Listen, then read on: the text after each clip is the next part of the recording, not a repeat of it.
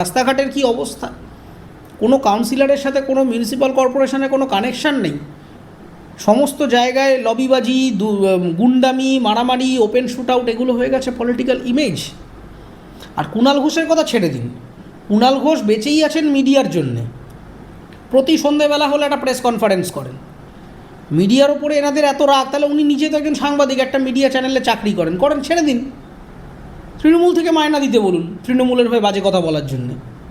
তৃণমূল কংগ্রেসের থেকে আপনি একটি পত্রিকায় চাকরি করেন, আমি তার নাম করছি না, একটি পত্রিকায় চাকরি করেন, সিনিয়র রোলে চাকরি করেন, এবং সেই পত্রিকার অফিসে বসেই আপনি পলিটিক্যাল পার্টির মিটিং করেন। তো আনএথিক্যাল, সম্পূর্ণ আনএথিক্যাল। ওটা কি তৃণমূলের পার্টি অফিস নাকি? প্রত্যেক সন্ধ্যেবেলা যেখানে উনি বসে করেন, সেই পত্রপত্রিকা স্যাংশন দিয়েছে, সেটা তিনি করছেন, কিন্তু এটা করা যায় না, এটা করা উচিত নয়।